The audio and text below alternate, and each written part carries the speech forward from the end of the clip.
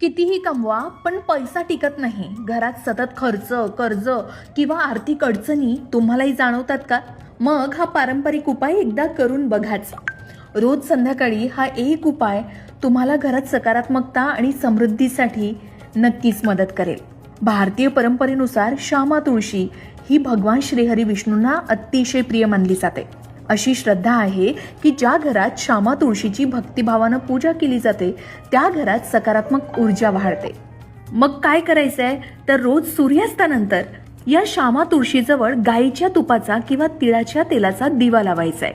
त्यानंतर तुळशीला पाणी अर्पण करायचंय आणि ओम नमो भगवते वासुदेवाय या मंत्राचा फक्त 11 किंवा 21 वेळा जप करायचा आहे. यानंतर आपल्या घराच्या सुखशांतीसाठी आणि आर्थिक स्थैर्यासाठी मनापासून प्रार्थना करायची आहे.